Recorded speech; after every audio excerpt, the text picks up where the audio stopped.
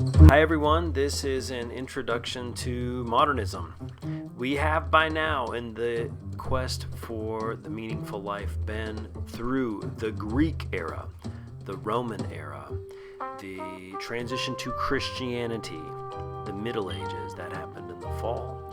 This spring we started with the Renaissance, and then we went to the Reformation, and then we talked about the Enlightenment and Romanticism, and we ended it in the 1820s with Romanticism. And now we're jumping ahead about 100 years to modernism, to our book, The Sun Also Rises, Hemingway's book from the 20s, The Sun Also Rises. The big events that have happened between where we were and where we are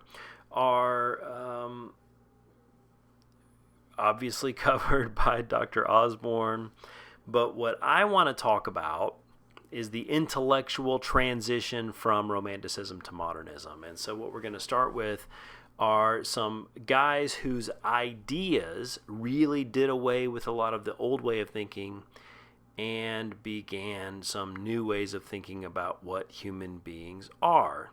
For years and years and years, the church and Christianity had been the dominant influence in Western civilization, but all that is about to change in the middle of the 19th century. One of the first books that shakes things up in a dramatic sense is the Communist Manifesto from 1848. This is Karl Marx, and he's proposing that human history has actually been the struggle for material, for wealth. So it's not a story of our hearts are restless until they rest in you. It's not a story of we have to be heroic for the sake of the state. It's not a story of all men are created equal. It is that, in fact, what has been going on is that we've been struggling over material wealth. And so the end of history is going to be the event that overturns that system and establishes a system where all people have the same amount of material wealth. Obviously, in practice, this doesn't go so well in the 20th century.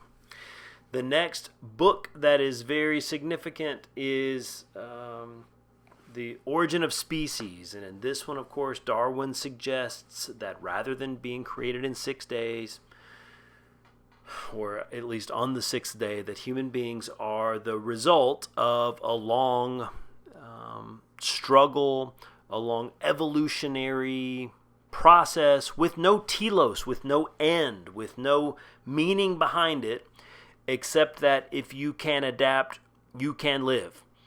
And so what makes a successful human being, what makes us human beings, is now being defined very much by our biology instead of our theology or even our philosophy. And you cannot overstate what this does to the Western mind. The last person we're going to talk about is Sigmund Freud.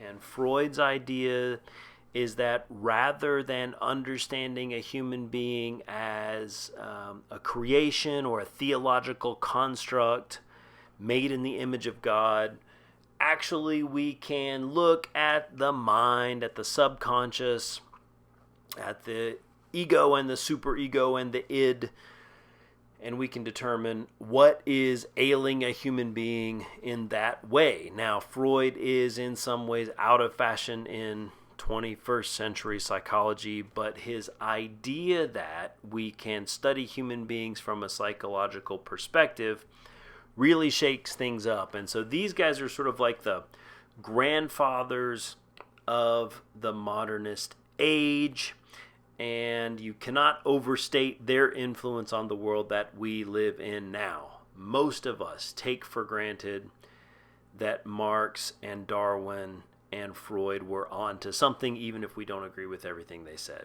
We're going to transition now and talk about the movement out of Romanticism into modernism, and we have to first start with realism, which is something that comes after Romanticism. We're not going to spend a lot of time on this. But the point is, when you see this next painting, it's by Edward Manet, It's called The Funeral, and you can see there in the distance there is a town. In the foreground there are trees, and over to the right you can see there is a funeral. There's a horse and a cart, there is a coffin, and there are mourners gathered for a funeral. The point here is that you can see the representation of a funeral in this painting. And coming out of realism, representation, the kind of photographic look of a painting, is very important to painters. But as we get into modernism and the visual arts lead the way on this, it becomes less and less important that what we see in art is a reflection of reality, and more visual art begins to privilege the artist and the artist's vision of the world instead of this objective vision of the world. And you can probably see where this is going.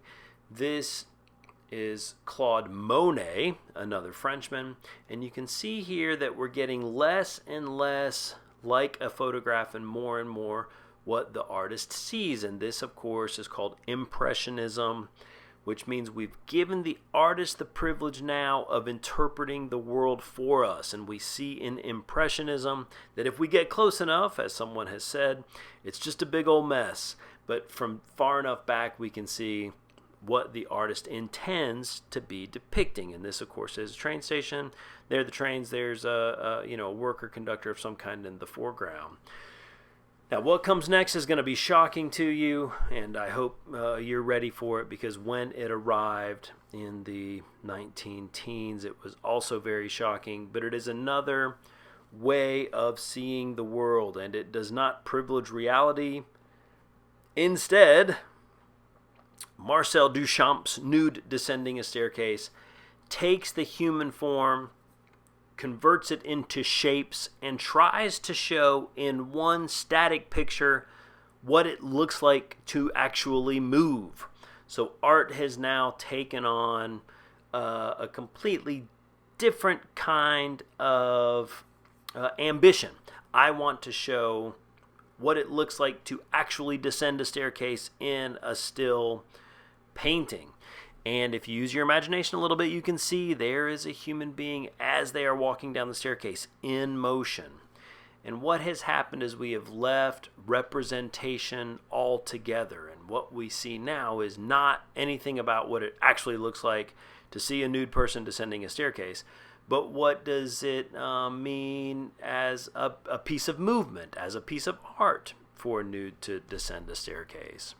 This leads to somebody like Kandinsky, who is going to say, I'm going to create a picture that is not a picture of anything. This is just art for the sake of art. And this one, I think, is called Circles. And you can see why it's called Circles. This is not a depiction of anything that exists in reality. This is just art for the sake of art.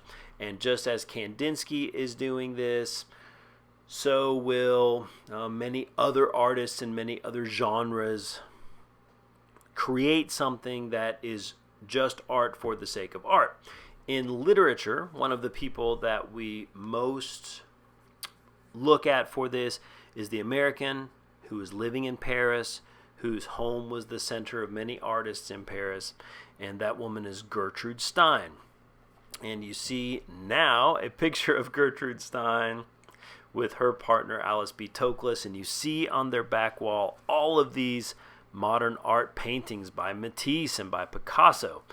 They were very early on modern art collectors, Gertrude Stein and her brother, and they were very central to the lives of many modernist artists, including our man Ernest Hemingway, whose style is very much a refinement of Gertrude Stein's style. And we're not going to be in the class together to look at this, but you should know that there would be no Hemingway style without Gertrude Stein, and you'll be hearing a lot more about Hemingway's style in the weeks to come. Since we're already in this, I want to go ahead and hit a couple of other modernist movements, and let's just talk about architecture next. In our town, for example, in the little town of Bristol, you can go to King College and you will see King University, a lot of, it's called Georgian architecture with the red brick and those low hanging roofs and the wide eaves. But if you go over to Virginia Intermont College, which is now the Virginia Business College, you'll see a lot of modernism. So let's see how we got there. This is what comes before modernism. This is the Union Station in Washington, D.C., where you have all been. And this is the Beaux-Arts movement. It means beautiful arts, and you can see the craftsmanship. You can see how ornamental it is. You can see how this building and structure is meant to draw great attention to itself because of how beautiful it is. 1907, so that's very late for Beaux-Arts. What happens in the United States especially is that there is a move towards modernism. This is a building by Louis Sullivan, who's famous for saying form follows function, so that we don't have unnecessary ornament. What we have is ornament and beauty that is a part, this is the corner of that building we just saw, that is a part of the structure itself. So it's not extra, it's built into the structure itself. He has a disciple whose name is Frank Lloyd Wright, who's going to be the most important American architect of the 20th century. And he is going to take that form follows function to an nth degree. He's going to set his architecture in nature. So this is a prairie house. It's in Chicago. Chicago is wide and flat. The land is low and flat. So he creates a house that fits into its landscape. This is a prairie house, but he does this most famously actually in Appalachia in the 1930s with this house Fallingwater. And you can see here how it's no longer even an attempt to look like a house, right? He is doing sort of the Kandinsky here of houses, and he is creating a piece of art that is a house that is reflecting its landscape. You see all the mountain laurels there. This is in southwest Pennsylvania, just across the West Virginia line. But what he's got here is a piece of art that is a house that's in the woods up there in southern Pennsylvania. This is his idea of an office building, and now you see the ground laid for all of the mid-century modernism that we know that's very popular today. Look at those clean lines. Look at how this does not look much like an office building at all, except for that tower. It really is a piece of art, and it's best understood as a piece of art, though of course he also meant it to be functional. All right, we're not going to spend a lot of time on this because there's so much coming up in the next week or two, but we just want to say that in literature, these artists in Europe and another list in America are most important. You can't overstate the importance of Woolf or James Joyce or Proust. And both in Europe and in America, the central event that influences all these people is World War I, which we'll be hearing an awful lot about in our book, The Sun Also Rises. And Hemingway fights in the war, Dos Passos is in the war, Stein is a nurse in the war, Eliot and Fitzgerald, their lives are both affected by the war, and we'll be talking an awful lot more about that. Okay, have a great day. Hope you're well. See you soon. Bye.